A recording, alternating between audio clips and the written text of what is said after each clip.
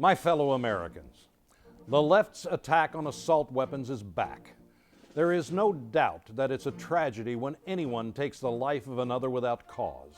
But to blame assault weapons for these tragedies would be like, well, blaming airplanes for the 9/11 attacks. The problem lies with the perpetrator, not the tool used to commit the crime. The left is now screaming from the rooftops that there is no good reason for any American to own an assault weapon, that they're not good weapons for defense or for hunting. Frankly, they're missing the point. Take it from my philosophical guru and life coach, Ice-T. You know, the right to bear arms is because that's the last form of defense against tyranny.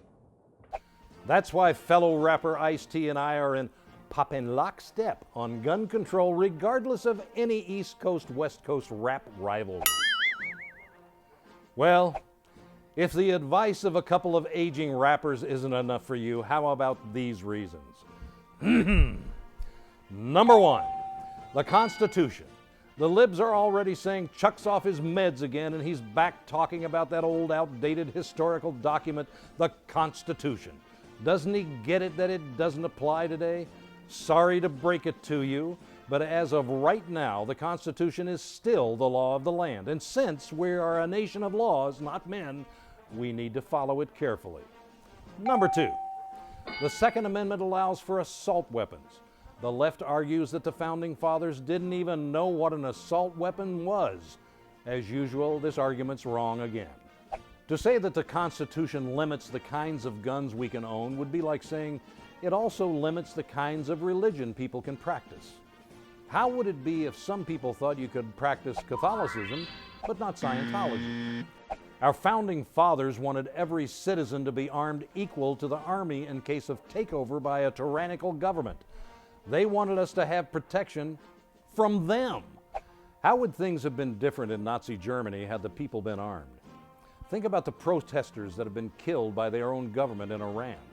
An armed society would not have that problem.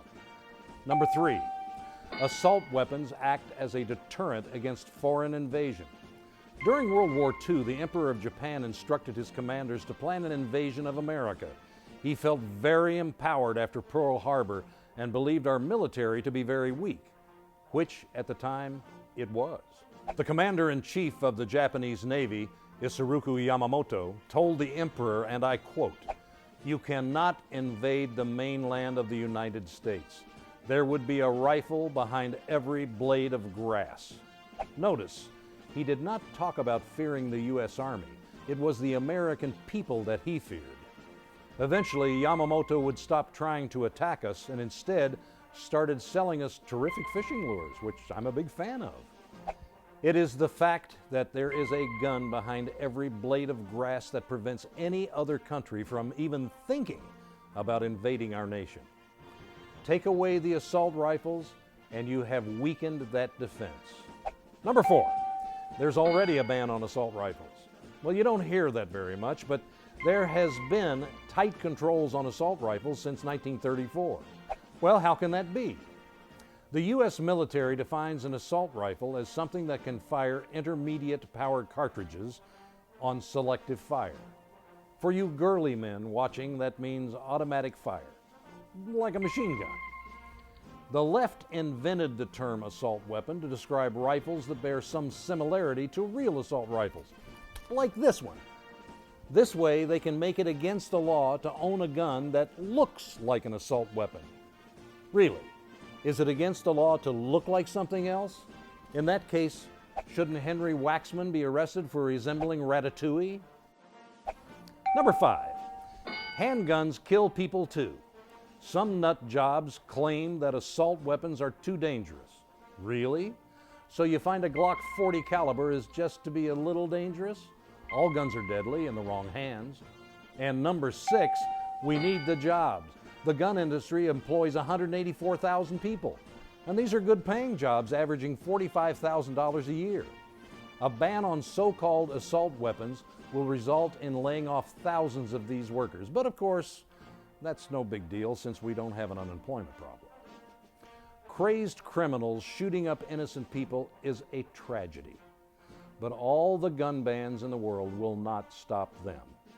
criminals will always find the weapons they need to carry out their crimes. The only people that will be going unarmed are the law-abiding citizens like you and me.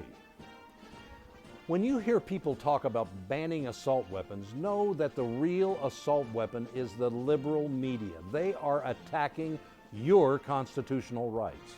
It's a slippery slope.